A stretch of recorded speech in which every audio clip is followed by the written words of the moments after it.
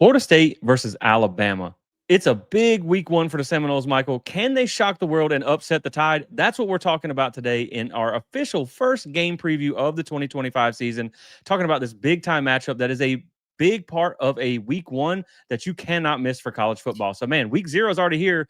We already had some games in the books here. So, just, man, really excited to now turn our focus to week one and talk about Florida State as they get back in action for the 2025 season. And, Michael, we are jumping into the season head first against a preseason top 10 team in the Crimson Tide. So, man, really excited to jump into this one.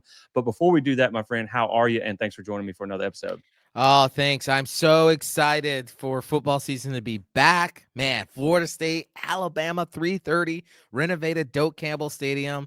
Super excited. Can't wait to get into it. Talk about just this whole game, what Florida State has been building towards this summer, what we as the fans have been building towards this summer. Already college football kicked off in prime fashion with Iowa State winning an Aer Lingus in Ireland 24-21. That Give score me a little familiar? PTSD, huh? Yeah, right. That's what I was already at the gate. I was like, hold on a second now. Yeah.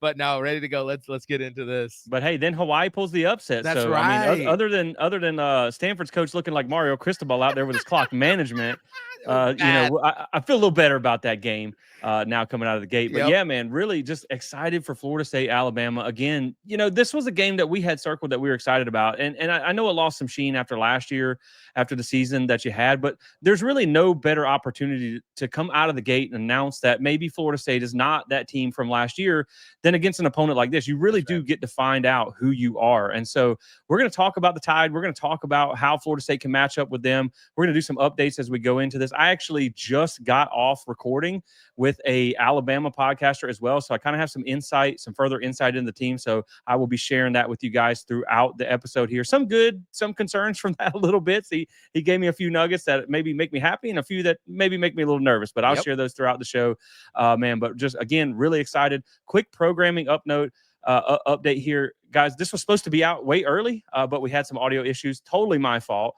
But we have got that remedied. We switched streaming service and got a new microphone, so hopefully we don't have any issues anymore. So I apologize about this one being out late. Good. But you should be plenty ahead of time for the game here. Michael, another update. Your boy's going to be in Doak for this game. Let's go. I am excited. I had originally not planned on being at this game, but the stars aligned. I still have jury duty that week, so it's still touch and go. I might have like a contempt warrant on my back. I might be like eastbound and down like the bandit running to this game. But one way or another, I'm going to be in attendance. So, man, I'm excited. Obviously, that means we get to hang out as well. All the listeners, I've already talked to a couple of people. If you guys, I didn't have time to throw together a tailgate. So if you guys are going to be at Doak and you're going to be doing something, man, give us a location and we'd love to stop by and say, hey, but obviously, man, just really excited. I get to see Doak, in his debut, and I get to see this big game. And so, man, I'm pumped. Well, listen, I got disguises for you. We got fake mustaches. We'll make sure that if the TV camera gets on you, your name is Pedro, and you're all about it, and it'll be just fine. You get down here to Tallahassee, it's going to be a party. It's funny. Quick side note. It's funny. I actually called out of work one day in 2013 for the Miami game and ended up, I went to game day. I called out, and a friend of mine who's a Florida State fan had game day on in the fire station where I worked at the time. And they literally, they come around and they hand me if we're going to do it, we're going to do it big. Yeah. They handed me a shirt and they said, be ready coming back from commercial break. And the camera comes straight on me, and my captain at the time sends me a text like 2 minutes later. Is the Coke Zero fan zone? He's like, "Hey, have a Coke, and I hope you get to feeling better." So I got busted big time on TV. So that's great. Hopefully that don't happen this time. But that was a pretty funny story there. So, man, really excited to be in attendance for this game. Really hoping to connect with some of our listeners at this one. We'll still be at the Miami. We'll still be at UVA and Virginia Tech. So, Michael, let's start this one with a couple of quick updates here. Yep. Talking about this game, because we're going to jump right in here. So first off, a little bit of injury news. That is where we're going to start here.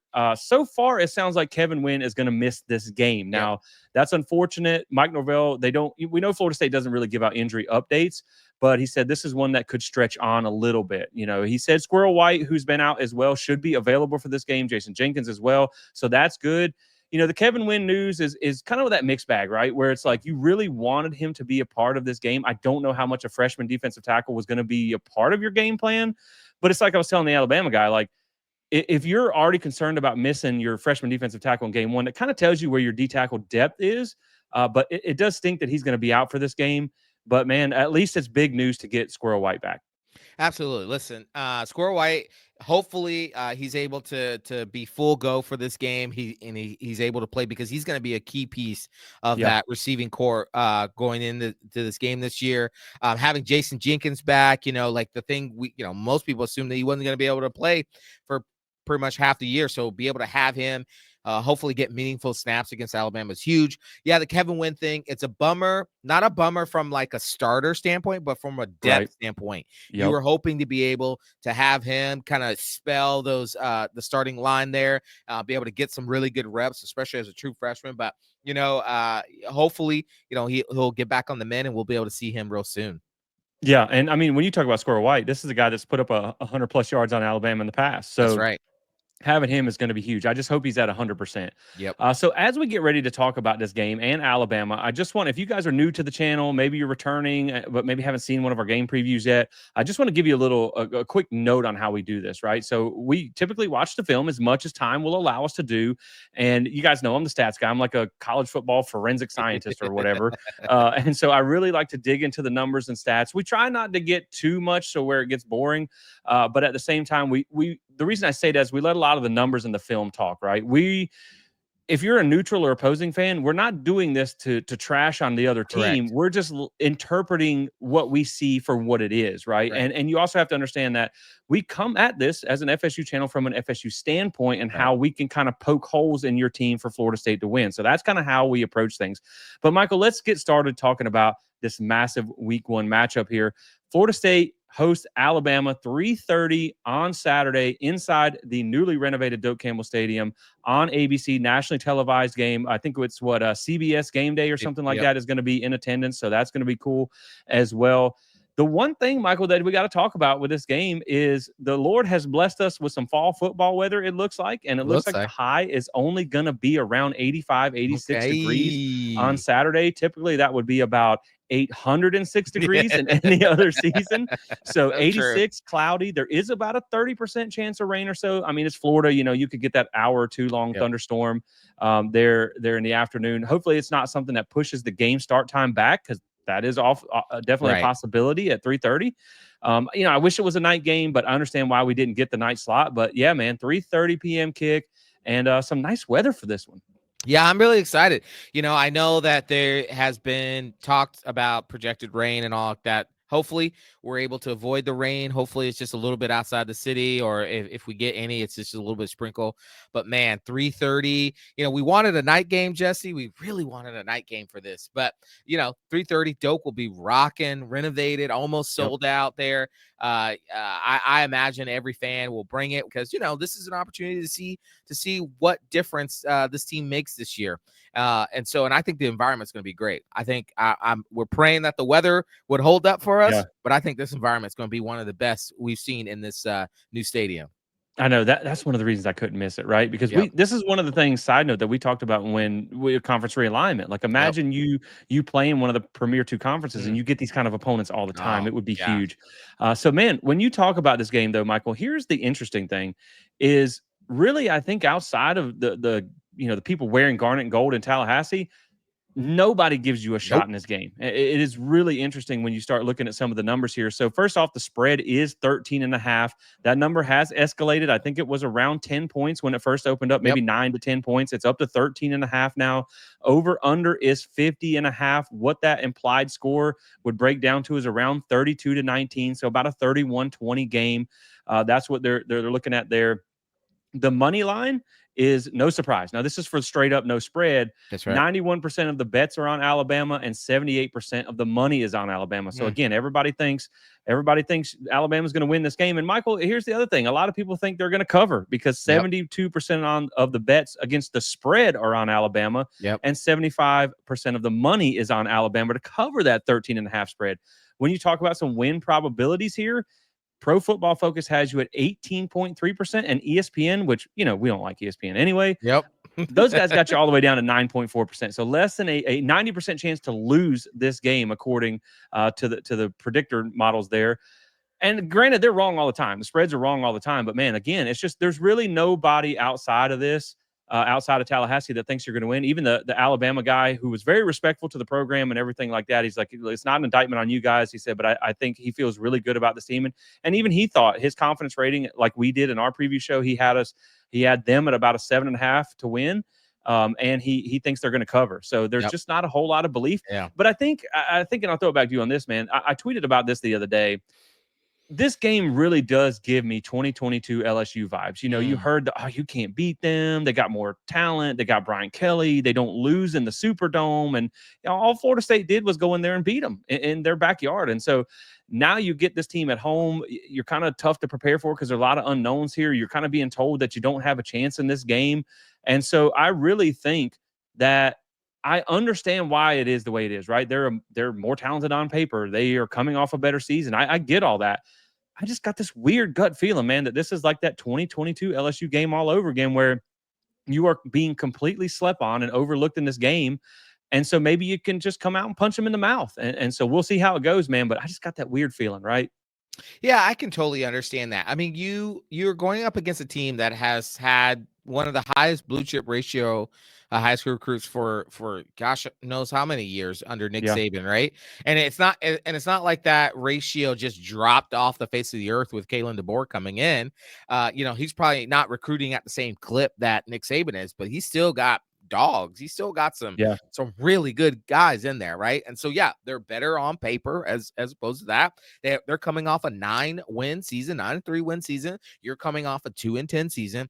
But here's the difference that I think that we have to think about. You've said this beautifully throughout the summer is that, in this transfer portal era, it's really hard and almost a phallicylical argument to compare this year's Florida State team to last year's Florida State team because it's almost not the same team. Yeah, it's really not. It's really not. You have almost an entirely new team that is donning the garden in gold that's coming in. And so now the problem is we just don't know what we got in this, almost new team. And so it makes sense that Vegas and all the people out there and the talking heads, I'm sure, will come and say, how's Florida State going to survive against Alabama? Absolutely. Like if I was a talking head out there, which I am a talking head, I might think the same thing. Like, man, I don't know how Florida State, if I was a neutral fan, how is Florida State going to survive Alabama? Alabama's so good. They come out 9-3 season. But I also think, too, that we have seen when Mike Norvell has been backed into a corner, when all the chips are down, right? Somehow that bro figures it out. I mean, you talk, like you said, LSU 2022. No one gave Florida State a chance to win. Nobody did. And all they did was walk into the Superdome. And basically, if it wasn't for a fumble on their end zone, they blow LSU out. Yeah. And then subsequently next year, they went on and blow LSU out. So who knows? But I totally understand that feeling. Yeah, and even then, the 23 game, a lot of people thought that was at least going to be close with them winning the West the year before, the SEC West. And so, it's going to be, I understand, right? I understand why it looks like it is on paper. But again, man, I think that puts a lot of the pressure on Alabama, and we'll talk about that a little bit later. But you referenced 2024, and being this is the first game of the season, we don't have any data to go on this year. So it's going to be a lot of projections. And so I think we'll start really when we talk about Alabama, looking back at that 2024 season, kind of in a nutshell real quick. And 9-4 record last year. It wasn't up to Alabama standards, and I had asked the Alabama guy that I recorded with about that. And, again, it's year one in a new coach. And by the way, I will say that interview that I did with the Alabama guy, it will be dropping on the channel later this week. So I don't want to give away too much stuff there. Make sure you guys check that out as well. It gave some really good answers. I think you'll enjoy that, given an inside look into the Tide here. But 9-4 last season, blew out Wisconsin, blew out LSU, blew out Missouri, and beat Georgia. Michael, this is still a dangerous team. I know everybody says it's not Saban's Alabama because they lost to Vanderbilt and they lost 4 games last year. I mean, they're still blowing out some pretty good opponents here. So they're still a good team. Now, with that being said, they also did lose 4 games last year and really should have lost a 5th had South Carolina not wet the bed at the end of the game there. They lost to Vanderbilt. And I know everybody's like, okay, well, they just got a talent edge. And I get that. But, Michael, when I looked this up, Vanderbilt last year, when they played that game, had 12 blue chip players on their roster. Alabama had 67. it's not always about the game. They're not. That's why games aren't played on paper. And so the talent edge is obviously important because most of the time Jimmys and Joes outweigh X's and O's. That's right. But it just goes to show that you can stand toe to toe with a giant and you can beat them. And Florida State is in a lot better position than Vanderbilt is. They also get blown out here by a 6-win Oklahoma team to end the season. They lost 2 of their final 3 games, and they went 2-4 outside of Bryant Denny last year. So as dangerous as they are also a beatable team, and you get them at home. So I definitely think there is as much reason to kind of look at it from it's still Alabama, but there's also the other side of it where this is not the Alabama dynasty that is maybe like the Death Star, right? From maybe a Star Wars reference, where like it's not impenetrable. Right. It's still going to be a really tough challenge.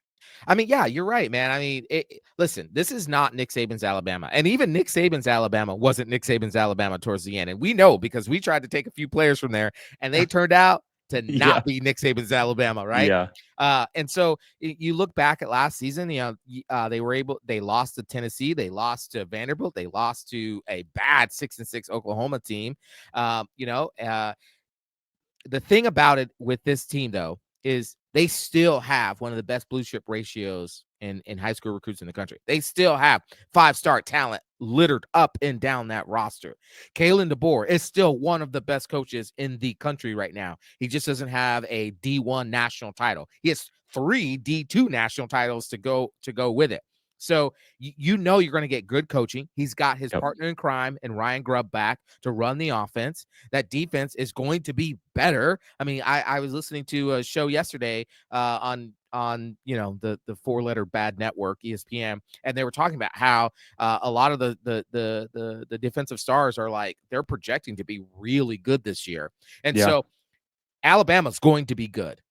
How good we'll get to see that on August 30th. But Florida State does have a challenge to come up and be ready for this game. I agree, man. That's the thing is they had a lot of guys put off the NFL draft. Yep. Right. And so they got some pieces. And obviously, again, we're going to talk about that as we go through. But yeah, I mean, it has changed, right? It has changed a little bit with the personnel there. We went to Dodge Charger U and took home a couple of Dodge Neons is what we got out was what we got out of Tuscaloosa. We didn't get the Chargers or the Challengers. We got the Dodge Neons. No, we got the Dodge Charger, and then we opened up the hood, and the engine was a motorcycle engine. Like, what are we doing here? It was blown up, exactly. And so, yeah. But no, man, seriously, I really think you make a good point. Is Kalen DeBoer is a good coach. It's just kind of year one there. And when you talk about Alabama in 2025, look, they are still loaded. They are top 5 in returning starters with 14. As we just hinted at, they got a lot of guys who put off the NFL draft. And one thing the Alabama guy talked about is, yes, with the late coaching change, they did get picked off in the fall portal session, but they didn't have anybody leave in the spring. And so they were able to retain a lot of guys there. You already mentioned the blue chip ratio, second highest in the country in 2025 at 78% compared to FSU at 53%. Now, FSU obviously is still respectable there. Right. But again, you're talking about a 25-point difference, 25% difference versus Alabama. Alabama was the only team on your schedule last year that finished top 40 in scoring offense and scoring defense. So they are still balanced and still good on both sides of the ball. As we mentioned, man, it's year 2 for DeBoer, and they say teams make their biggest jump from year 1 to year 2. I asked the Alabama guy about that, and he's like, look, man, they just kind of inherited what they had and did what they could with it. He said he doesn't even really think that Jalen Milroe won the job. He just kind of stepped up because they were looking for somebody to do it. So I think coming into this year, you do have a little bit of the better understanding of the players, what they want from you, and vice versa. So I do expect Alabama, to continue to get better. And one of the examples that I made was like, okay, well, when Mike Norvell came in here to Florida State, he took over a dumpster fire, right? So we could understand a little bit of the tough start. But then you saw things kind of take that jump. And if I'm not mistaken, I think DeBoer has gotten better in year 2 every school that he's been at. Yep. And so, he didn't take over the situation that Mike Norvell did. But still, it's still a new roster with different players in a different conference in a different part of the country that he's never coached in, down here in the South. And so I think this year, that is one of the things that I worry about, right? Everybody says this isn't Saban's Alabama, but it was also year 1. And so you got a guy with a proven history and a loaded roster. Yes, maybe they should have got better results out of it last year, but that is one of the things that worries me about year 2 is them being able to take that jump. Yeah, and like here's the thing, man. I mean, you just mentioned it. Mike Norvell walked into a dumpster fire. There's a massive difference in that, right? Mike Yeah. Norvell had to build his program basically through the portal. He basically had to swap out an entire roster of players with players from the portal.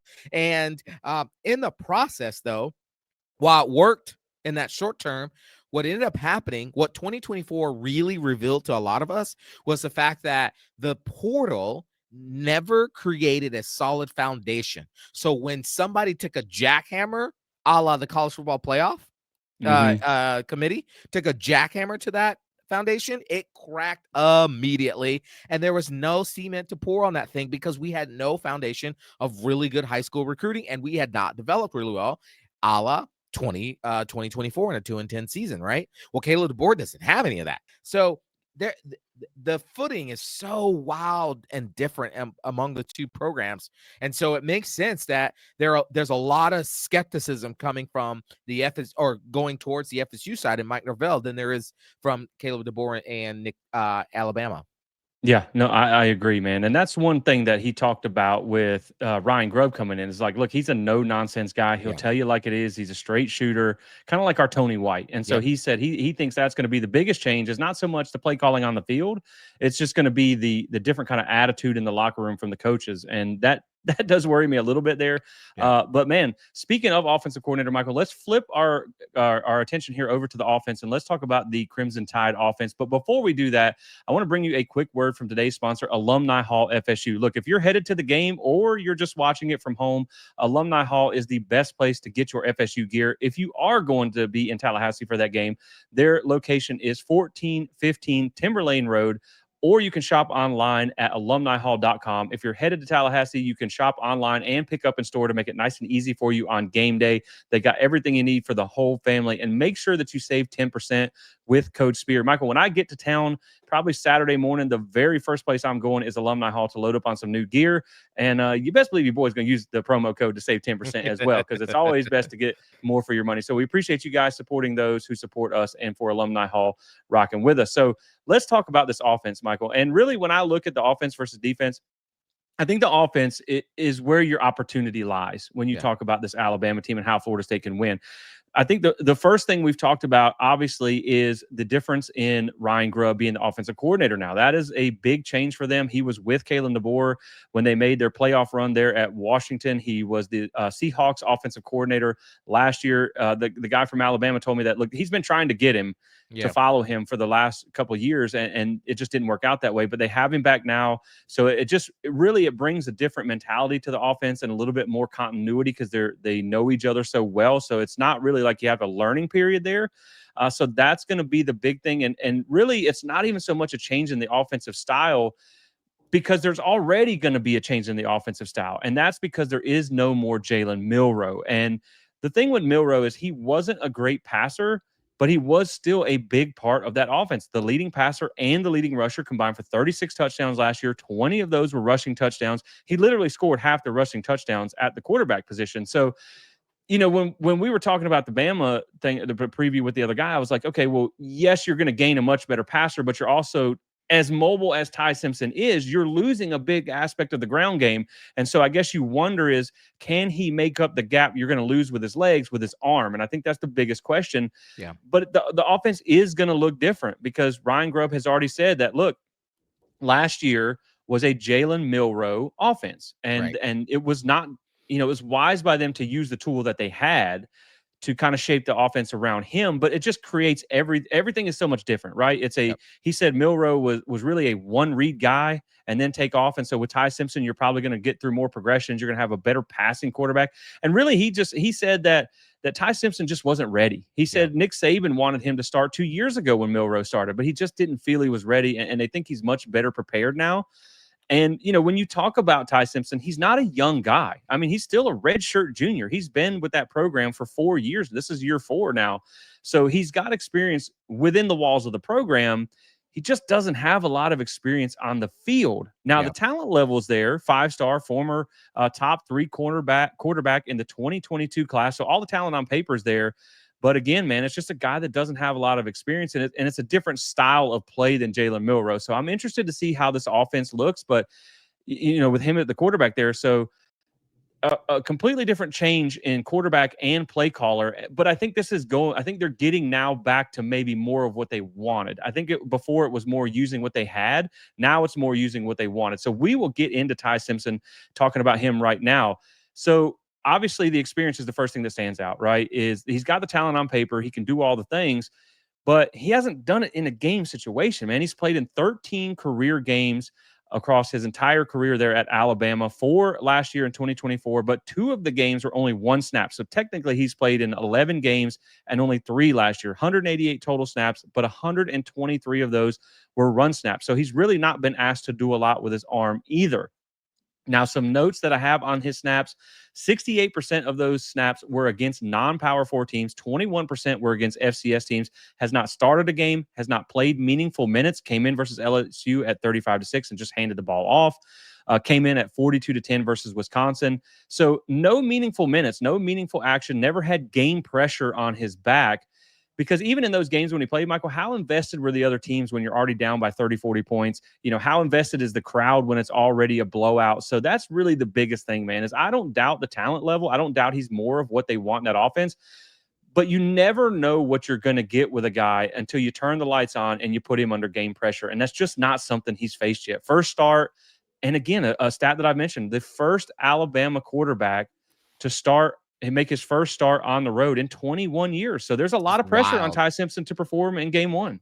Yeah, there really is. I mean, there really is. The fact that he's the first one in 20 years to start on the road is insane. It's insane. But, listen, he has been in this program. He's going to be a redshirt junior. Yeah. Yeah, redshirt junior. So or fourth year junior.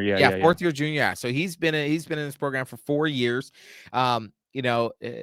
As they would say, there's proof in the pudding as to why he hasn't started over Milroe, that he couldn't win out that battle the last year. But listen, this is not like some po' boy quarterback. This guy's got tools. He's one of the top rated quarterbacks in the country. Obviously he's a dual threat signal caller.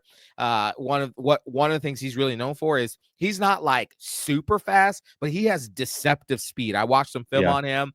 He's a tough runner too. He's tough strong. runner too. Yeah, he will try to lay you out. He will put his head down and go forward with the ball. But he was, in high school, he was known as a prolific runner. He will stretch the defense with his leg. If it's not there, he is willing to take off. They do say that he has a live arm, meaning that he can make all the NFL type throws.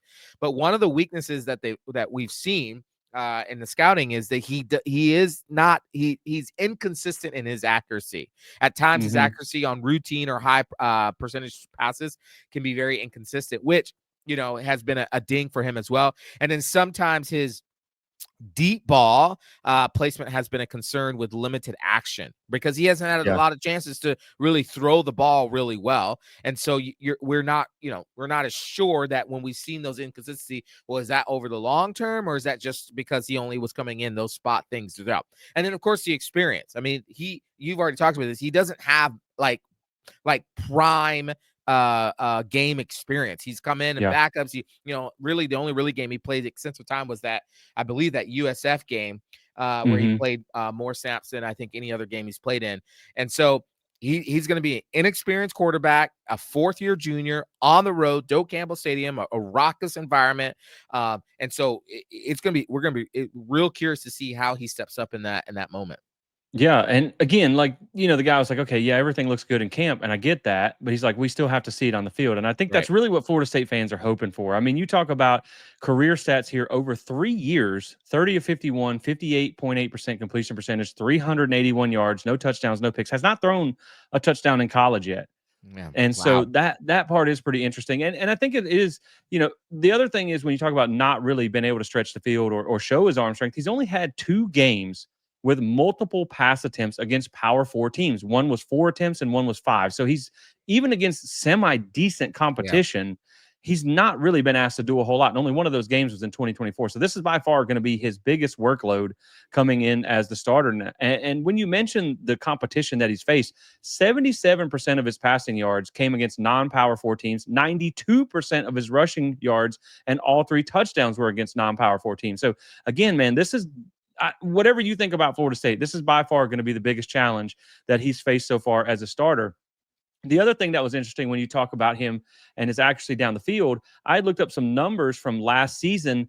64% of his throws were less than 10 yards. And so I definitely think this is also what you're going to see this year, right? A lot of short stuff to really kind of get him in rhythm without letting him take the risk of throwing the ball downfield. Now, I think they will probably do that at some point, but he was 1 of 4 on throws over 20 yards last year with 0 credited drops. So a lot of that, and I watched some of his film, right? And he does settle in. I will say that some of the early stuff was like, oh man, this guy's he's really inconsistent accuracy wise, but he settled in a little bit. Did have a pick against Mercer that got overturned on a kind of a BS flag there. But man, as you talked about not throwing the ball down the field, he did not throw a single pass over 10 yards versus a power 4 opponent in his career. Yeah. And so, again, you're going to be asked to do some things that you have just never done. And you're hoping that Florida State can take advantage and maybe rattle the young signal caller there. Now, when you talk about the running aspect, he will be a part of this run game. But I think what's more interesting with him is just the ability to move the pocket and to make things happen. He's hard to get on the ground. USF sacked him 5 times and 15 dropbacks in 2023.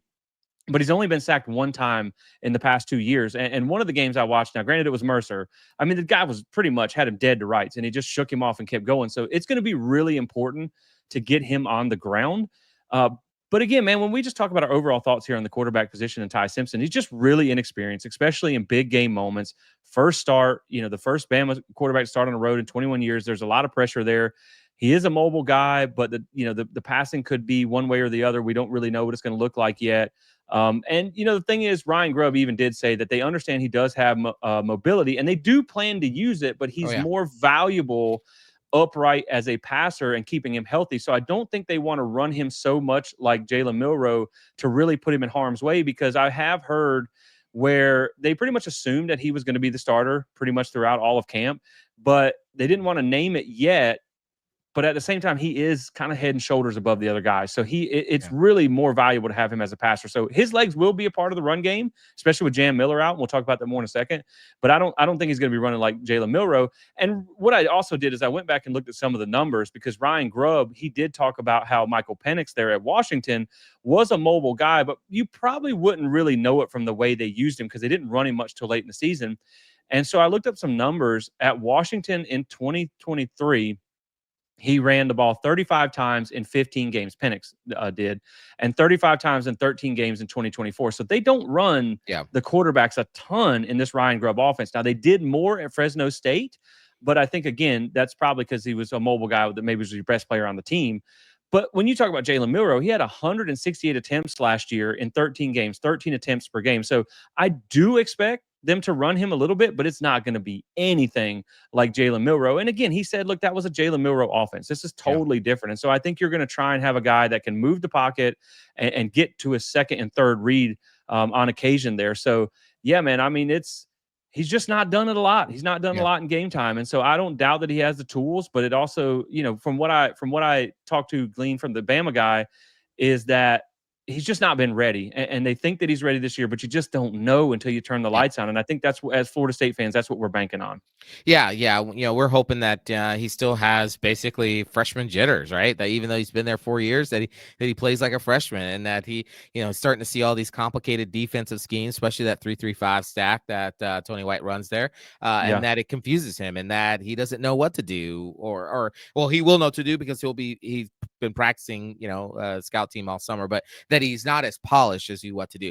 And what'll be interesting is, with Ryan Grubb, because Ryan Grubb's system centers around a very explosive risk-taking spread system. They want to spread the ball, they want to spread you out, and they want to take shots. So I'm curious to see how they're going to try to do that with a quarterback who has had deep ball inconsistency concerns, right? What do they want to do that?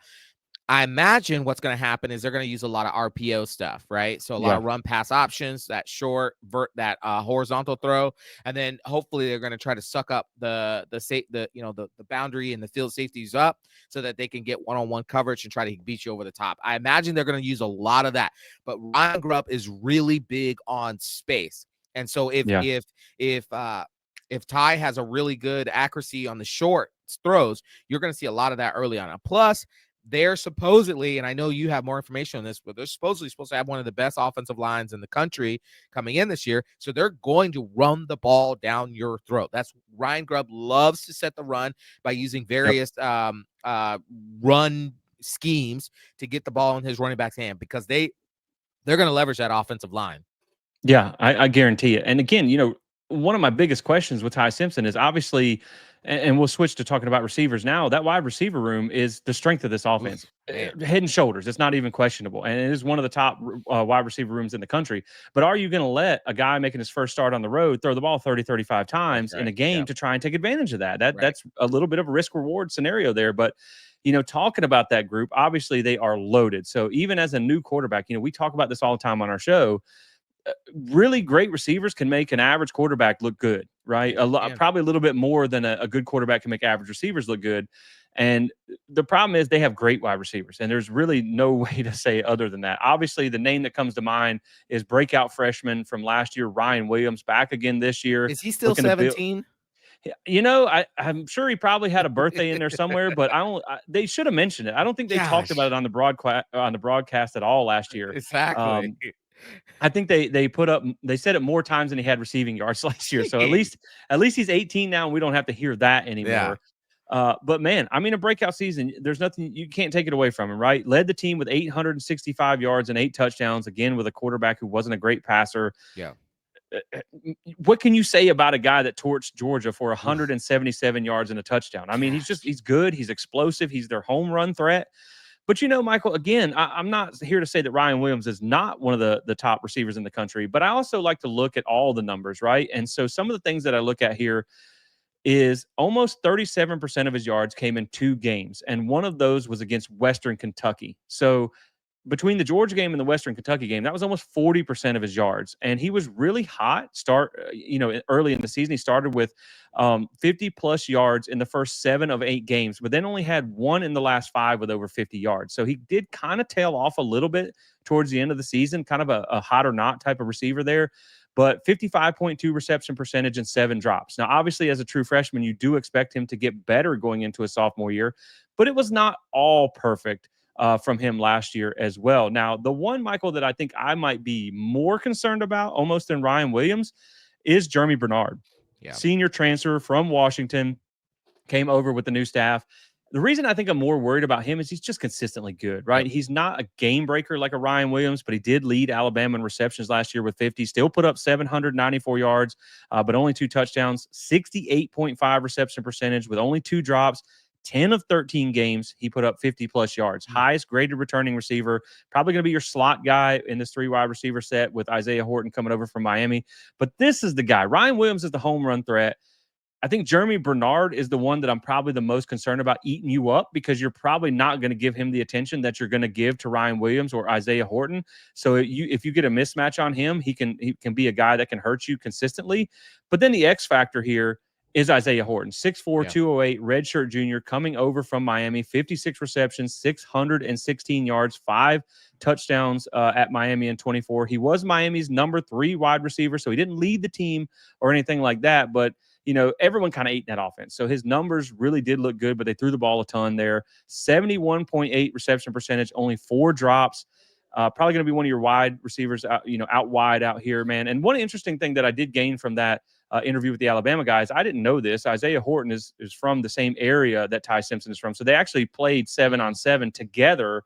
And that's one of the reasons he transferred to Alabama, was to be with Ty Simpson. So yeah, I don't love that, but at the same time, man, again, this is 3 really dynamic wide receivers that you almost have to pick your poison to try and take something away. Oh, yeah, man. See, the way I look at it is like this. I compared the Bernard kid to when Florida State had Rashard Gary. I mean, Perfect. Yeah. Super dependable. You know where he's going to be. He's going to run the right route. He's going to have the right timing. He's going to be right where you need him to be. Always the bailout, but also making plays that you didn't think he could make. I'll use a boxing analogy. If the Bernard kid is a jab, right? So he's your jab. He's the guy that you can, you always got your jab. You can always have a jab. Ryan Williams is your cross, right? He's your cross. Yeah. He's going to knock you out. He's going to knock you out. And then you got Horton, who could potentially be an uppercut. You don't see him coming, but he's right there. Boom. He's going to daze you out. man, they've got a 1-2-3 just combination of receivers that if Ty Simpson turns out to be the kind of quarterback that can at least, make the right read, get the ball there, set the protections, this is going to be a difficult wide receiver core to cover. This is probably my number one concern on the offense, right? Is if you can get Ty Simpson into rhythm, how do you stop these receivers? And I like Florida State secondary, I do. Yeah. But you probably don't want an undersized Jeremiah Wilson on an Isaiah Horton. So I mean, they're going to do a lot of zone concepts too. But man, again, you got 3 really good receivers, and they have a couple of good backups there. Looking at tight end here, I just think really the main thing for me is you got to keep these receivers off your linebackers, right? This is an obvious mismatch, so you can't have that happen. At tight end here, not the greatest group, man. 6'3", 256, Josh Covey's. I hope I said that right. Redshirt senior, so he's got a lot of experience, but only 16 receptions, 218 yards last year and a touchdown. Pass block grade was down at 23.4. Run block was at 53. I also read on the Bama boards that their top 2 tight ends had offseason procedures, so they were off to the side during team drills when I read the report on August the 19th. So how healthy are they? Now, I know they like to use their tight ends. When I watched the Vanderbilt game, they like to attack the seams with those guys, which is how you attack a 3-3-5. So it does concern me there a little bit with how they use the tight ends, but it's not the toughest tight end room. So maybe that gives you a little bit of relief there. So maybe you can maybe you can cover them with a linebacker and get some of the extra help to those dynamic receivers. But when we talk about the run game here, this is where I think Florida State has a little bit of an opportunity, right? So between Jalen Milroe, who is gone, Jam Miller, who is injured, and Justice Haynes, who transferred, Alabama lost 81.5% of its rushing production from last year and 83% of touchdowns. That's a lot to replace, man. Yeah. And so now you're going into this with a stable of backs who are talented but inexperienced. Richard Young, 5'11", 212, redshirt sophomore, is the guy that I've heard is probably going to be your lead back. 27 attempts, 146 yards. So not a whole lot of work there. Your backup, Daniel Hill, 21 attempts, sophomore. Kevin Riley, redshirt freshman, only 10 attempts for 30 yards last year. So they're not a ton of experience. But where they do bring in the experience is Dre Washington, Louisiana transfer. He's a smaller back, 5'9", 216, but he is a redshirt senior, has 73 attempts for 478 yards at Louisiana last year, 6.55 yards per carry, and put up similar numbers in 2023. And what the Alabama guy was telling me was, he wasn't necessarily part of the plan to be one of the top tier running backs, but he thinks now he's going to have to at least be for this game because, when we talk about this running back room, yes, all the top 3 guys that I mentioned are all blue chip guys, but there's very little proven production without Jam Miller in the fold. And, when I asked about this to the Alabama guy, one of the things that we talked about was, Kalen DeBoer, or it might have been Ryan Grubb, said that, look, he understands Jam Miller is the guy. Like, he is head and shoulders above those other guys. Not that they're talented, but it's just in all aspects, right? It's in blocking, it's in pass protection. And that's one thing that the Alabama guy talked about was how, Jam Miller would lay his body on the line for blocking. You're talking about putting a guy with no experience at quarterback back there, and now you're having to have an inexperienced running back too, who's checking protections and things like that, pass blocking. That's a big thing, man. So I think this is an opportunity for Florida State to have some talented but inexperienced running backs next to an inexperienced quarterback. Maybe that can allow you to maybe get some extra pressure back there on Ty Simpson. I think they're going to be able to run the ball effectively, because they're still talented behind that offensive line, but to me, without a doubt, man, them being without Jam Miller and having a quarterback who's not as mobile and also inexperienced really does kind of hurt the run game, at least against Florida State.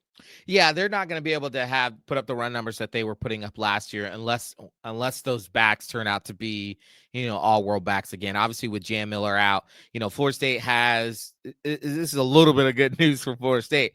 They're going to have to figure out how to, make a dent into that offensive line. But if they can, I imagine with that 3-3-5, you can do so much in the blitzing. They do a lot of slanting, right? They run a lot of game.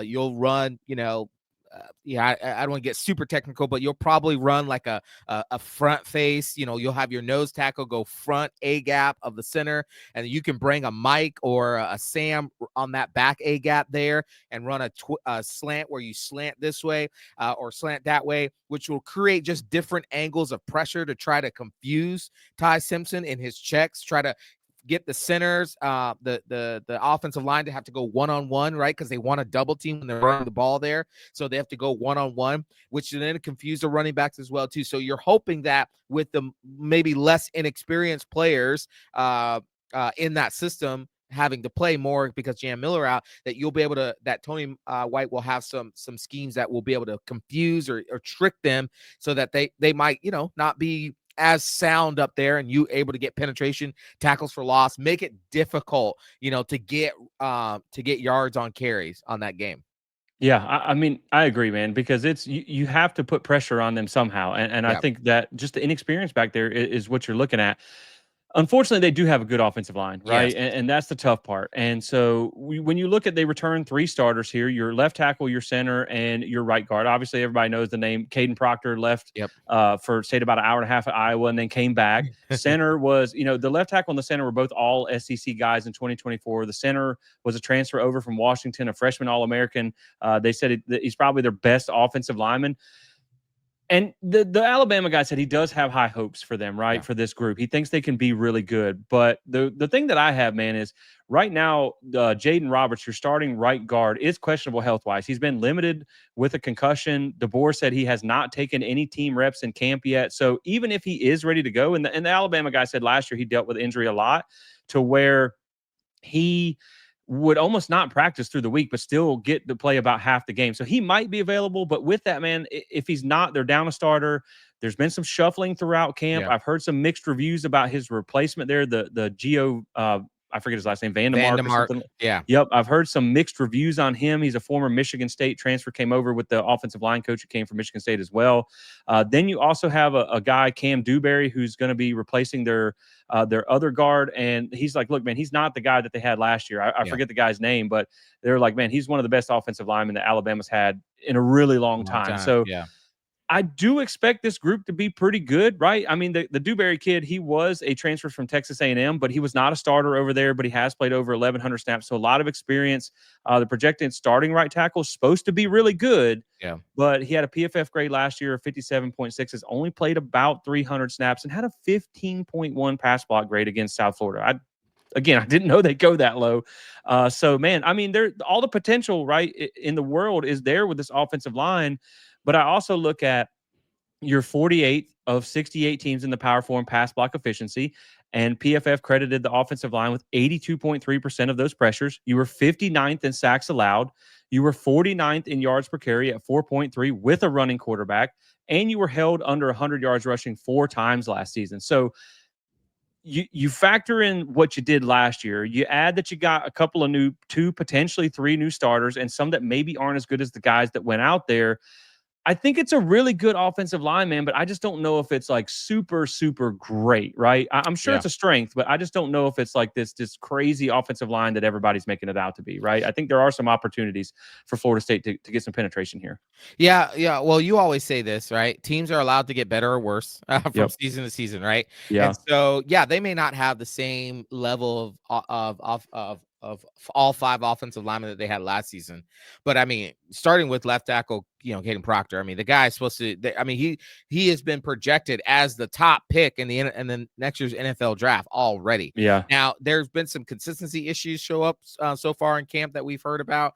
But I mean, this guy's going to show up on game day and be one of the best. Obviously, the center Parker Brailsford, I think is how you say his name. Yeah. Brailsford, like he's supposed to be one of the nation's top center. The Dewberry kid from Texas A&M, like you said, didn't get to play or didn't get to start there, but has over 1,100 snaps. So he's got experience there. I mean, they're expected to be one of the best offensive lines in the country. While they may not be the very best that they were last year, they still are going to be, my imagination is still pretty good. And really the question comes down to, is their level of good better than FSU D-line and linebacker level of good?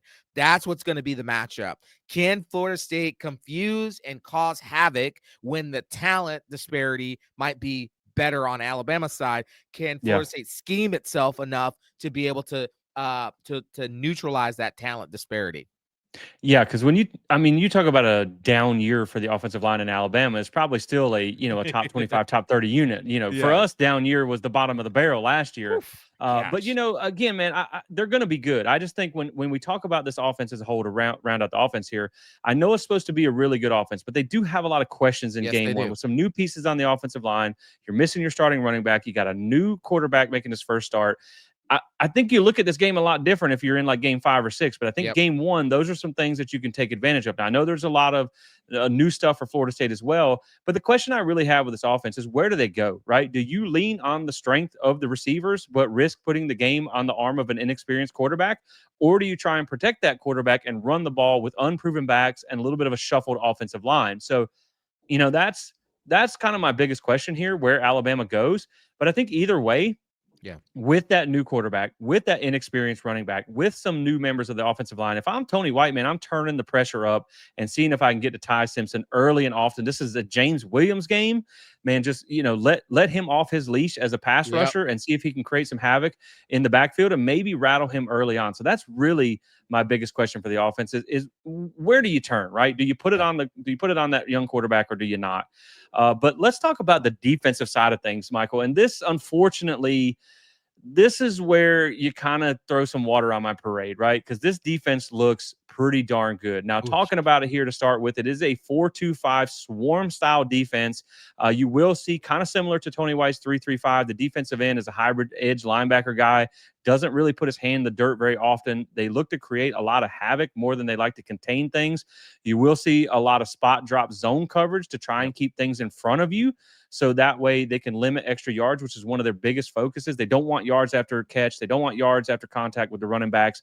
So it's an aggressive style defense, and Florida State better be ready for it. And you just look at some of the numbers last year, 10th in scoring defense, but they were 64th in run defense, which is good. And I got some thoughts on that here in a second from what I talked about with the Alabama guy, but they did give up over 200 yards rushing 3 times last year, which is good to hear for a Gus Malzahn led offense here. 19th in pass defense, top 10 in pass efficiency, top 10 in interceptions with 17. They're a good defense, man. They're good across the board, but they were 64th in sacks at only 25. They did lose 11 of those 25 sacks. They didn't get Vandy on the ground a single time. 61st in TFLs, 23rd in plays over 10 yards, and 12th in plays over 20 yards. So they're good at limiting explosives. They're good against the pass, maybe a little weakness against the run. The problem I have with this defense is when you look at from the 3 main position groups, the D-line, the linebackers, and the DBs, there's really no obvious weakness that you can point to, right? This defensive line is solid and they are experienced. They are top 5 nationally per Phil Steele and Athlon. But the one thing that I have heard is there are some depth concerns behind the ones. So maybe they're 2s or 3s, and when we talk, again, I don't want to give away all the stuff because this is in that Alabama interview too.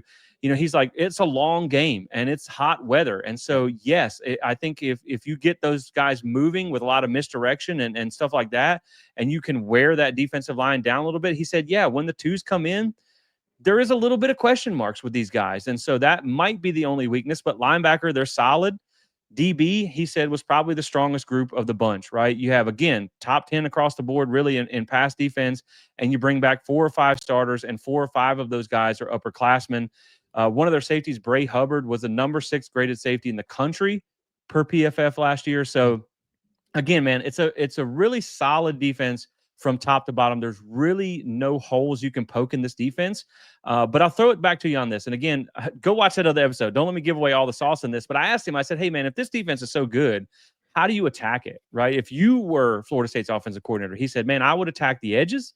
I would try and run the ball and get these defensive linemen a little bit gassed. And I was like, hey, man, I don't like what you told me about the pass defense, but it sounds like if you're wanting to attack with the run, that's news to our ears with Gus Malzahn as coordinator. So I think it's more like this, Michael, to round all that out, as I'll throw it back to you, is I think from what it sounds like, you can't find a weakness in this defense, but the way you match up against what would be their perceived weaknesses if they have one. Yeah, absolutely. Listen, we all know that Gus Malzahn is going to run the ball, right? He's going to run the ball.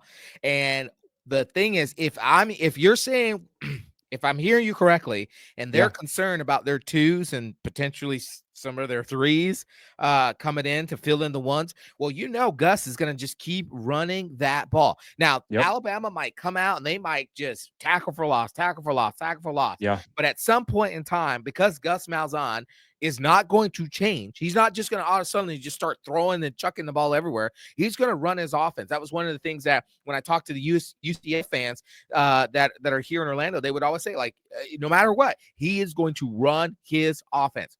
Yeah. And the premise of that offense is to wear you down by the fourth quarter. That by the fourth quarter, when you see that big, chroma coming at you, you're not trying to tackle that dude. You're trying to just, what Shaheen would do last year, just a little shoulder tap there, like when you see Rodell Williams coming at you, you're not trying to tackle them, and they're going to keep coming at you. So that actually gives me a little bit of hope in some ways, right? Yeah. Yeah. Because Gus Malzahn's going to jab. But yes, the Alabama guy's right. If you want to attack this 4-2-5 swarm defense, and just by the way, for you Noel fans out there listening, this is what Florida State ran last year under Adam Fuller. Like we were all 4-2-5. Now, I would imagine that Alabama probably runs it a lot better because we've condensed it down under Adam Fuller to a kindergarten level defense, and we still couldn't run it. So, but you really want to figure out who's weak on the safety side of that defense. So which safety is the weakest, because you want to make sure you're flooding that part of the field there, whether it's to the boundary, which is to the short side, or to the field side, which is the longer side there. You want to figure out who's the weakest of there, and you want to make sure you're flooding a lot of your flood concepts there, short vertical passing, and what is a signature weakness of a 4-2-5 defense is Jesse, mobile quarterback. Yep. All day, every day. And we have the mobilest of mobile quarterbacks playing for Florida State. So if our offensive line can give Tommy just enough time to make that run read, and if that read is not there, he's gone, man. Because you got linebackers in coverage. You got linebackers, running with receivers and running with backs. And then when they do the drop zone coverage, right, they're back. You're already giving up 5, 6, 7 yards. So, and then Tommy can make a person miss in a phone booth. Man, it'd be nice to have that again when we used to have with Jordan Travis. So those are some of the ways you're going to try to attack that 4-2-5, especially in the seams there. If you can make sure you figure out which of the safeties there are probably not the strongest, you can probably hit that seam a couple good times, and Gus Malzahn will go over the top after he's pounded you. But he is going to run that ball because he wants to wear you down. Yeah, I think the key is going to be the offensive line in this game for us, right? You have to be able to establish the run, and like the other guy said, a lot of your motion, your jet sweeps, your screen passes and stuff is how you want to attack this defense. And I'm like, that's music to my ears, because that's what Gus Malzahn does. The biggest concern for me is, are you going to be able to effectively throw the ball against that secondary to keep them from loading the box, which is one of the things, that they said they struggled with Jalen Milroe last year. Is just there wasn't enough of a pass threat that teams could key on things. So really, man, when we talk about this defense and going up against it, my number one question is, can you get to 30 points? Because I don't think Alabama, unless things just get off the rails, right? I don't think Alabama is going to put up 40 points in this game because of all the offensive questions that they have. Now, they might, but I just don't think so in game one. But I think to beat Alabama, you're going to probably want to land somewhere around the 30-point range. Now, the problem with that is, even in year one under the Kane Womack there as defensive coordinator, they only allowed over 30 points twice last year. Once was to Vandy and once was to Georgia. They only allowed over 20 points 5 times in 13 games. Now, they didn't face a slew of really, really tough offenses, only one scoring offense in the top 30, but they did face 5 in the top 50. And the reason I mentioned that is because that's where I think Florida State's under Gus Malzahn, where their offense is going to be. Probably not top 25, but probably top 50. So somewhere in that 30 to 40 range. Well, against those teams, they gave up an average of 22.4 points. They only gave up 30 once. That was Georgia. And they held 2 of them under 20 points. So can you get to 30? That is the thing that makes me the most nervous about going against this defense. Is I think Florida State's defense can hold them a little bit in check on offense here, but can you score enough to win? Because they don't give up 30 often. So can you get to that number? And, it only took us 11 games to get over 21 last year. So hopefully we have a lot better faring against Alabama. But, man, I think you got to get to 30-ish, and they don't do it often. So that's my main question going up against this solid defense. Yeah, I mean, listen, 30 points for Florida State feels like it really does kind of feel like a tall task against Alabama, just because what we believe that this defense is projected to be versus what we believe potentially our offense to be, right? We're not sure if our offensive line, if Florida State's offensive line is going to be able to hold up against this front line of Alabama that's projected to be one of the best in the country, right? We're not Yeah. sure that our receivers are going to be able to get open against what is supposed to be a really good secondary. And then if you got Tommy scrambling around all day because he can't get, 3 seconds of a clean pocket, we're not going to see a lot of big explosive plays outside of maybe his running. And so, yeah, that would be one of my bigger concerns is, can Florida State score 30 points? But the key to this game, and and something that actually makes me feel a little bit better, is that if Florida State's defense can scheme up enough ways to get Ty Simpson off his kilter so that he's not launching from a clean pocket, that he's having to scramble. We get him down early in the scramble. We're confusing the offensive line there. We're jamming Ryan Williams. And really, honestly, my focus would be more on the Bernard kid. I'm not saying you should take your focus off Ryan Williams, but I'm saying, hey, take out the steady jab and force him to try to go get the home run play, because that play is going to have less percentage than the steady jab, right? So take out the steady jab, force him to always try to go home run, and that actually gives you a chance to keep this game in the 20s, where it's like a 24-21, 28-21, somewhere around that. I think if you can keep it there, you have a puncher's chance. If you let Alabama score 30, I just don't think you have much of a chance. I 1000% agree. If Alabama scores 30 or 31, I think your goose is cooked a little bit. Yep. If you can hold them to 27, 24 or less, I think you feel really good. I think you feel really good about where you're at. Now, if it does become a close game, Michael, one thing to watch is that they have had a top 20 special teams unit over the past 6 years per Phil Steele, but they are replacing their punter, their kicker, and their long snapper, which could be something to watch. The Alabama guy told me the kicker has really struggled in camp, and the punter come from Colorado School of Mines. So he had he's one of the best in D2 or D3 or whatever it is. But he's like, anytime you're fishing from that pond, it's not going to be great. So that could be something to watch. Obviously, you guys know Florida State is replacing them as well. So, yeah, Michael, let's get into some final thoughts and some predictions here as we've talked about the offense and the defense here. And so, man, I think a lot of it comes down to the quarterback, right? Let's start with that for me. What's one of my main thoughts? For Florida State to pull the upset here, I'm banking on them taking advantage of that new quarterback making his first start on the road, especially being down your senior running back, which only puts more pressure on Ty Simpson. Now if he comes out like Jameis versus Pitt in 2013, we're cooked, right? There is no doubt about it because they have a great receiving core there. If it is a quarterback battle, so to speak, Thomas Castellanos has more experience, but he also has more mistakes in his history. And I also think him being a veteran, he's probably going to be willing to take more chances than Ty Simpson. We've seen some things in camp where it's like, oh, why did you even throw that for it to even be a bad throw? So I definitely think that is important there. And when you talk about the quarterbacks here, I think it starts by trying to take away the rush, right? And Tony White's defense has been great against the run. So if you can take away their run game and put it on the arm of Simpson, I think that's probably what you want to do. And the interesting part about that, man, is every single game that Alabama lost last year, they were held under 100 yards rushing. South Carolina held them to 104 and almost beat them. They lost by 2 points. And so if you have a defense that is built to stop the run, and you can maybe take that away a little bit and make that quarterback throw the ball. If he comes out and he has like a great day, a great performance, then you know what, man, it is what it is. You gave it your best shot. You didn't see that coming from an inexperienced guy on the road. Right. But I think that's probably where you got to start, is putting the game on Ty Simpson, and hoping that he makes some freshman mistakes, because, you talk about quarterback battle. Thomas Castellanos, in game one, where you have some miscommunications maybe on the defense or something like that, it could just be the difference of him breaking off one or two long runs. That could be the difference in this game. So that's why I like Tommy as well. But when you talk about Tommy, I think in this game, you need him to have, when I went back and looked at how do you beat Alabama, I watched that Vanderbilt game, right? Because Florida State's miles ahead of where Vanderbilt is, but you're Right. also talking about kind of a little bit of an undermatched matchup there that they still won.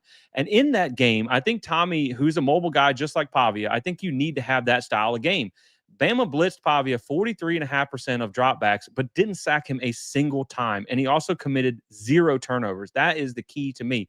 252 pass, 55 rush, and 2 touchdowns. I don't see where Tommy Castellanos, maybe it's more run and maybe less pass, but I don't see where he can't have one a game like that. But Pavia connected on 80% of his, or excuse me, 80% of his passes were under 20 yards, only one completion over 20. So it was very much a take what you can get, don't try and do too much and move the chains. And I really think that's what Florida State has to do with Tommy Castellanos. You know, he had a couple games last year where he had 3+ turnovers. That's going to lose you the game against Yep. a team like Alabama. So you cannot have that happen.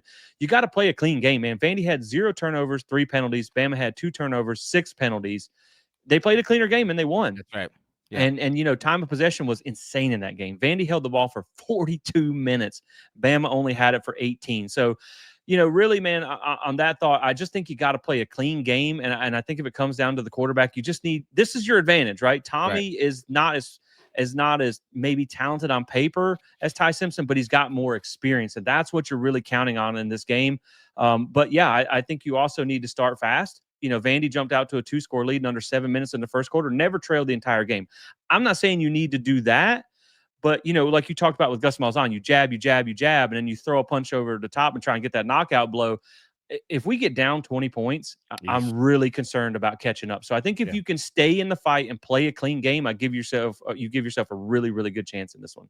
Well, here's the thing. Yeah, if we got down by 20 points, a Gus Malzahn offense is not designed to be able to overcome deficits like that. So if we got down 20 points pretty quickly, I'm not going to say you should just give up, but I'd be pretty close to it.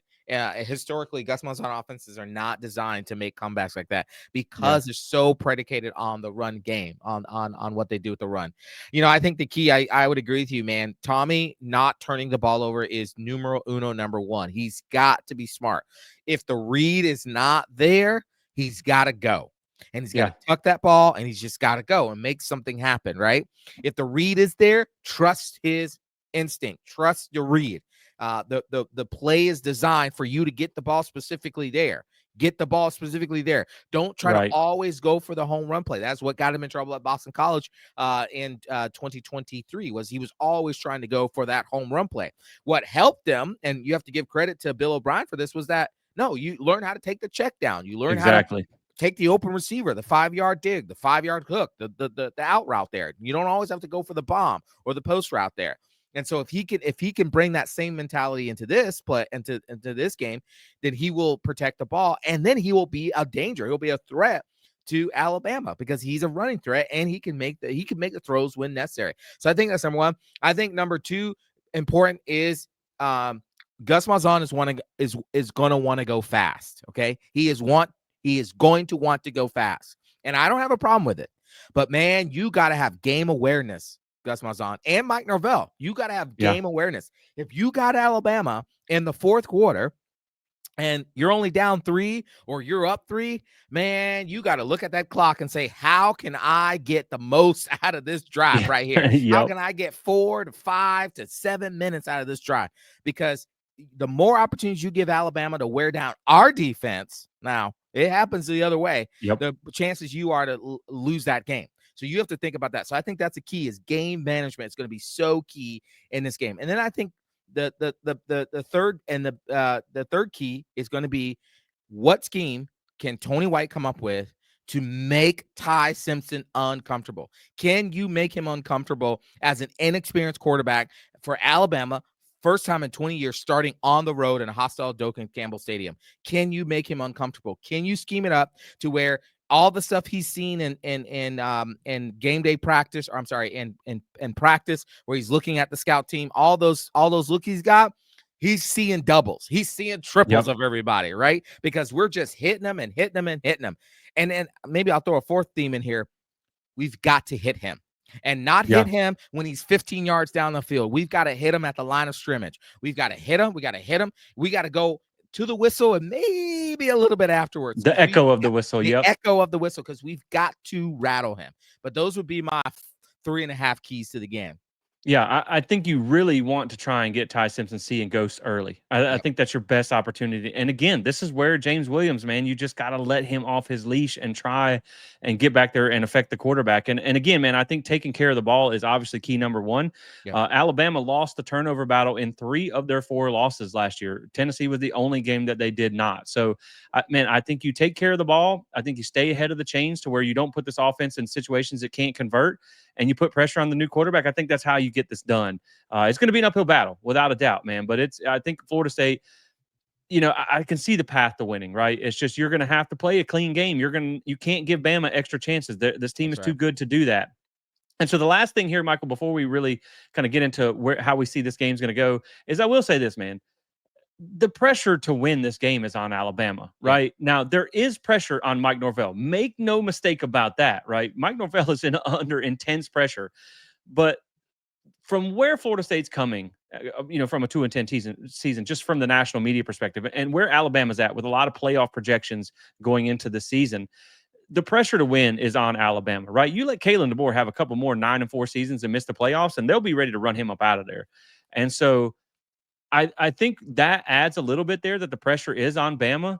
But, I think when you talk about this game, man, I really, really want FSU to win, because what it would do for the program. Like, imagine if Florida State comes out and beats Alabama in game Yeah, one that'd be when great. nobody's giving you a chance. It would be a shot across the bow of the college football world to show that you are not Florida State of old, and you can bury the 2-10 jokes immediately. And now, Yep. again, we don't know what Alabama is going to be over the course of the Right. season, but probably pretty good. I think at the end of the day, man, you just can't get blown out. That, we've talked about this before. That is the big thing, right? I mean, you look at the way Clemson got beat by Georgia last year. You can still respond. You can Yep. still, they won the conference and made the playoffs, but it puts a lot of pressure on you if you get blown out, because it's the, oh, woe is me again. That's You right. got 2 games after that in a bye week that are not going to move the needle. So then you go into that Virginia game just really kind of nervous, because you don't know what this team is, because those 2 games aren't going to prove anything to you. So I Right. think, as much as you want to win, I think, man, you at least got to play them close. I think if Yep. you walk out of that stadium with a 27-24 loss, you're going to be disappointed that you lost, but you're going to feel okay that you hung with a team that's projected to win the national championship by a lot of people. And in that, I think you can then look at your schedule, because Alabama's probably better than everybody not named Clemson. And you can That's right. probably go, all right, I can see 8 or 9 wins on this Yep. schedule. So I want you to win. You just can't get blown out. Yeah. Yeah. I mean, absolutely. Listen, I yeah, the pressure's on Alabama to win this game, because you don't want to lose to Florida State and be the laughing stock of the SEC, which you would be, right? Because they'd be like, Yeah. "Oh, you couldn't go beat 2-10 Florida State." So they've lost 11 out of the last 13 games. And so, do you really want to have to face that pressure? You're already following the shadows of Nick Saban, right? You don't want to come in the season with your fan base who are already, because of a 9-3 season. Would that be nice to be mad at our coach after a 9-3 season? I know. Right? But who are already on the fence about you after a 9-3 season, then to lose to Florida State. So yeah, there's pressure on them. But Jesse, you can miss me with that pressure on Alabama, because there is immense pressure on Mike Norvell. There's immense pressure to win this game. And yes, if you lose, we're not Moral Gables. We don't do moral victories at Florida State. No. But losing close would give us I'm not going to say hope, but it'd be like, okay, I hate that we lost, but there's some signs of life there. Man, you get blown out this game, you've lost the fan base in a lot of ways, because think about this. The next 2 games, East Texas A&M and Kent State. Who's showing up for that? Yeah, Who's driving it all does the way? nothing for the apathy among the fan Does base. nothing. And then you have to go to Charlottesville on a Friday night for a high school football game against Virginia, right? Yeah. Where they're all excited and they just got a influx of money, and Tony Elliott's trying to save his job, and you got to do that, right? And then you come back to a Miami that wants to beat your brains in, like, you're setting yourself up for massive failure if you get blown out by Alabama. So to me, the pressure is mostly on Mike Norvell. It's not on these players. It's not even on the assistant coaches who just came in. This is on Mike Norvell to show that 2-10 was not a real deal. That's last year's team. That just was a fluke. This is This is Florida State. We're getting back to the standard here. Oh, I totally agree, man. The pressure is on both, and it's a huge game for both Yeah. programs, Yep. without a doubt. Especially for setting the tone for 2025. So, Michael, let's get down to the brass tacks, man. Let's talk about how we see this game going. Again, man, this is tough, right? Because I almost didn't even want to make a prediction for this game because without seeing Florida State, without even having open camp, and I don't know, that didn't work out well last year, going off of those opinions, but this team is almost impossible to predict when you've Yeah. never seen them play the field or on the field with what 70-80% new starters and 70% new coaches. It's impossible. You are literally closing your eyes and throwing a dart at a dartboard. You have no idea what this team's going to look like. But when we talk about all the things that we talked about, I do see a path where Florida State can pull this upset, right? And I go into this game knowing that on paper they should not win this game. But again, games aren't played on paper. We've seen Florida State rise to the challenge before in overmatched games and go out and win. We saw Bama lay some eggs last year when they weren't supposed to. So I think when we walk out of that stadium on Saturday afternoon, I would be really excited, but the least bit surprised that Florida State went out and won this game. Yep. I'm not opposed to seeing an upset here. I also understand the challenge that we're up against. And so we did pick this game on the other show. I'm not going to lie, the one we already recorded. So, I changed how I'm going to do this, Michael, right? Because last time, I ain't going to lie, I picked Alabama to win the game. And then, you came through and I got all excited and I flipped my pick over. But I think what I'm going to do with this is I'm going to give you, we talked about this on the last one that will unfortunately never see the light of air because I screwed it up with my microphone issues. But I talked about the head versus the heart, Yeah. right? And so I think my head, who sees the blue chip ratio, who understands what Alabama has, who knows where they're coming from and where we're coming from and all that type of stuff. My head tells me Alabama probably 31-20, right? They don't cover, but they win by a couple of scores. And you're still competitive in the game. That's what my head says. Yeah.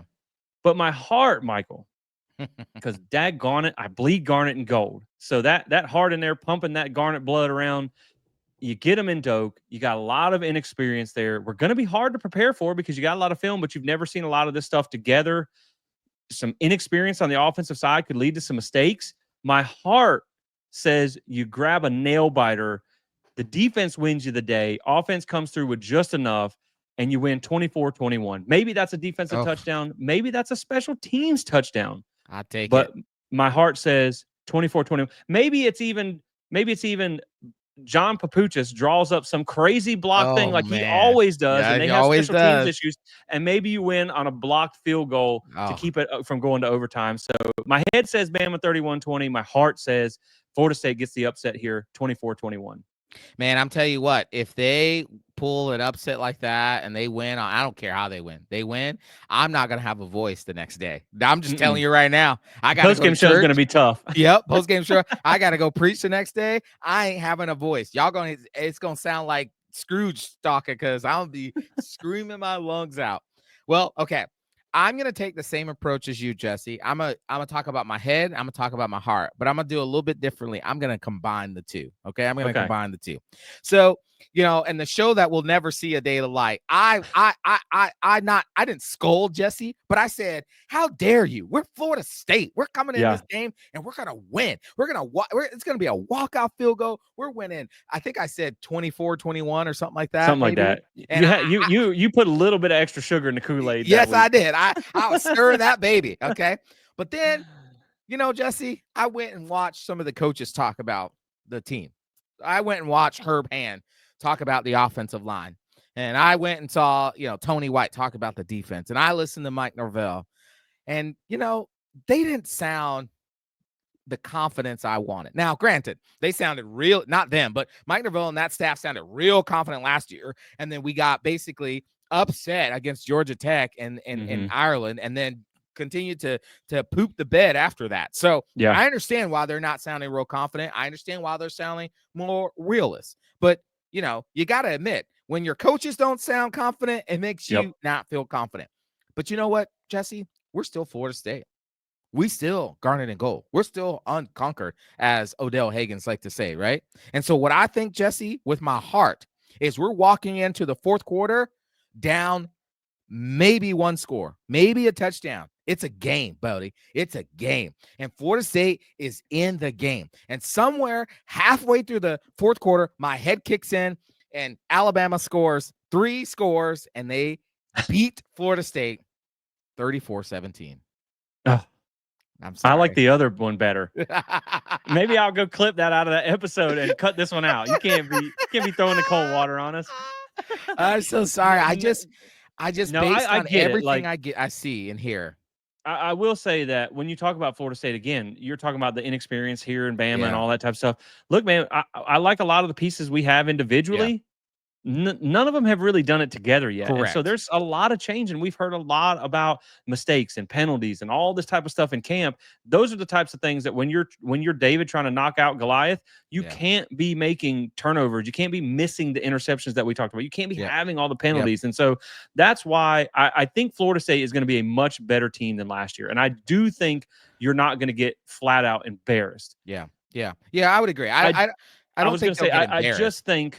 just think the talent edge Yep. and them being year 2 with yes, there's some change, but it's an offensive coordinator they're familiar with. It's the same defensive coordinator, Yep. all that type of stuff. I understand why Alabama should win. I think it's really it's more, butterflies and unicorns of why I want Florida State to Yeah. win. Yeah. So I understand the pick, man. Yeah. Yeah. No, listen, I don't think 34-17 is an embarrassment. I mean, it's not No, great, but no, it's not great, but it's a no. 17-point loss. That's 2 touchdowns and a field goal. And listen, we've seen crazier things happen, right? You go in the fourth quarter, you got a shot and a turnover here, a bad, drop there, a bad call, which, so because it's at Doak Campbell Stadium, I'm sure it's going to be SEC officials. That's usually how it works. Is the team that is the team that is the away team gets to bring their officials in. That's usually how it works. So I'm sure it's either going to be SEC officials or it might even be Big 12 or Big 10 officials. Yeah. Who knows? But we know Florida State. We don't get good calls I ever. hope it's not ACC refs, no Oh matter my if there's home gosh, cooking or they're not. screwing us no matter what. Yeah. And so it could be one of those that then gets you to a 17-point loss there, and it won't be because of effort. The one thing I am 100% sure about, and if I'm proven wrong, I'll come on here and say I'm wrong. But the one thing I'm 100% sure about is you will not see loafing this year. Tony Yep. White, Gus Malzahn, they will not allow it. And you will not see loafers. You will not see quitters. These kids are going to fight to the end. Now, whether or not it's going to be enough, man, I'd love to be wrong. I'd love to come on the postgame show and say, Jesse, I was wrong. Yeah.